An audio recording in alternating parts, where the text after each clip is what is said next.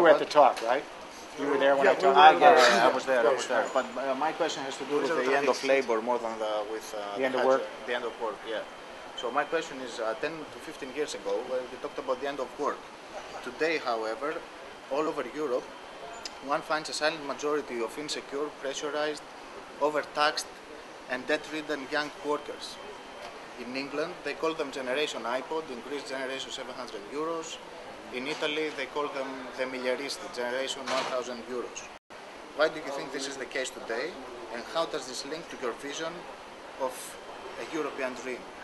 Well, this is make a 2-hour. You guys are too much. That's a 2-hour. It's a short question. Yeah, short question, right. Well, look, first of all, we, as you know, because you're dealing with this technology, the Industrial Revolution ended slave labor.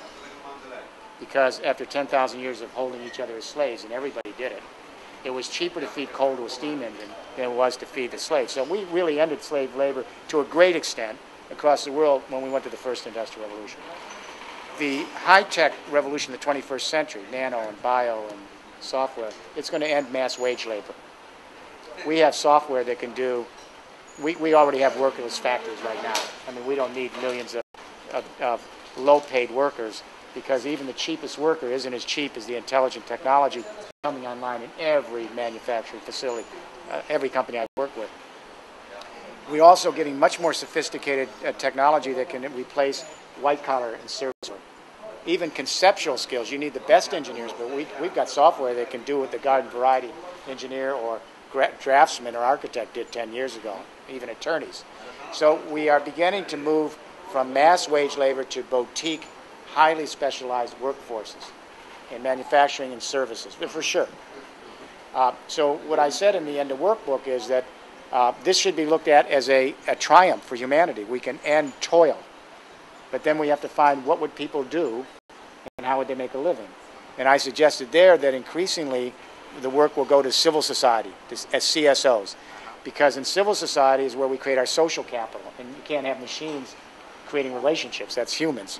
So, and that's a much higher metaphysics of existence. Why would you want to sit there and make goods and services, and so you die one day and say, well, I made, a car. I mean, it's not a very high way to live life. If we go to civil society and increasingly create social capital and cultural capital and explore what life is all about, let the technology create the goods and services. Now, how do you pay for it? The prevailing wisdom was that the civil society organizations, we call them not-for-profit, kind of a colonial term, not-for-profit. You call them non-governmental, colonial term, not government. It's terrible. But we now call them civil society organizations. The interesting thing is a survey was done by Johns Hopkins University of, I think, 22 countries.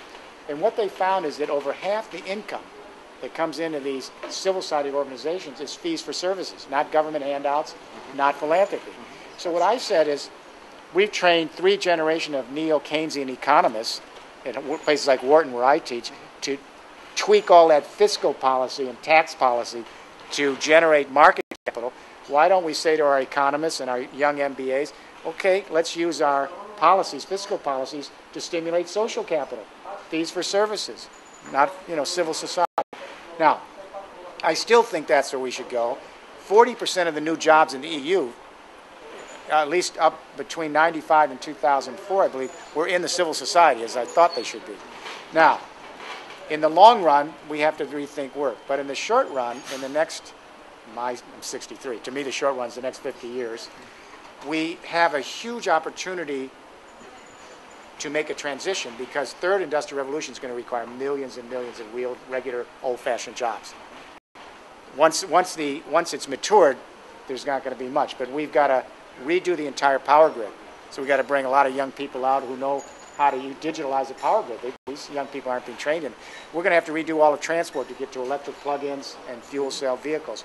We're going to have to redo all of construction, so the buildings are actually designed and executed like the Bouygues building, so they're actual power plants. We only have a handful of architects that do this now. We're going to have to redesign storage technologies like hydrogen, et cetera. So putting down an infrastructure, which is all local, will take 25 years juvenile, another 25 years mature. So we have an interim opportunity in every country to create those kind of vocational and professional jobs. We have to rethink education. So, as you know, as bloggers, we have to go to collaborative education. We have to go to open source. We have to go to all these models that the schools don't teach because it's all called cheating. You call it sharing, they call it cheating. So we have to rethink education, collaborative education. How do you do network types of interactions? How do you create ecological and systemic thinking? We got to do vocational training for employment. So I think there's a short-term opportunity, 50 years, to do two things. Track one, third industrial revolution on the ground. Track two, start to prepare young people for social capital and create civil society. Don't ask me another question. Is that all right? That's all right. That's all right. Thank you very much. So are you, now, you're all Greek bloggers. Now, do Yes, your we blogs go beyond Greece? Do you do it so you can get outreach into other countries? Well, occasionally we put on English-speaking articles. So you should put this conference on the blog and send it out. Because Yeah, I this just is what did, we're trying to do. who's that guy in Italy? I just did him last week, the big blog. The guy's got there's a massive, I don't remember yeah, the name. so I just did him last week. They had Global one. 400,000 hits. He's a comedian. It's massive. But what you can do here is take some of this conference, take that white paper, use anything you want on it. The white paper that was distributed. Yeah. Just put it out in English and get it out on the internet. Yeah. I want to say something. You said before that here in Greece we have a lot of sun, a lot it's of water. shameful. Yeah, Shameful you're not doing it. but how we can persuade the government that the interest is not to make a profitable electricity company national, but to give Let everyone the create energy their to the own. citizens. For example, if someone wants to produce energy to his own house, the bureaucracy here in won't Greece, like it. it's enormous. It's enormous. like Italy, same thing. Look, I had dinner with George last 2 nights ago, and I said, let's do it. And what I think we should do, George, an old friend, I said, ask the government, because it should be nonpartisan. Say, look, let's do this together. We'll bring in my global team. We're doing it in other countries. Ask them and say, look, this is not just asking for PR. Let's work together across lines. They did it in Germany with the EPP and the socialists. Let's do that. The government doesn't want to, then George should just do it with the socialists. But the first opportunity should be really a heartfelt, this is about how we save our future generations here on the planet, and really, really reach out to the government. And then we'll bring in the team, we'll share with you best practices. There's a lot of stuff going on in Greece that no one ever hears about. Yes. I mean, there's all sorts of fuel cell stuff going, there's renewable stuff. But it must feel for your younger generation, it's criminal that you aren't there with all the renewables you have. Not everybody has all of it. You have all of it. I even hear you have huge hydro possibilities, small hydro. Yeah, there. What? Actually, I have a house like that for the last 4 years, and I have paid 18,000 euro without any, let's say, tax cuts. I can't hear it. It's too frustrating. It's amazing. What you need to do is all this younger generation, get in a political office, move the civil society groups, move the politics, because on the one hand, I wouldn't want to be your age. On the other hand, you got a great opportunity here.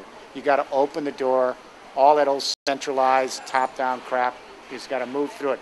You did it with all the internet revolution. Now put it to energy. All right? Thank you very much for your patience. Thank you. Bye.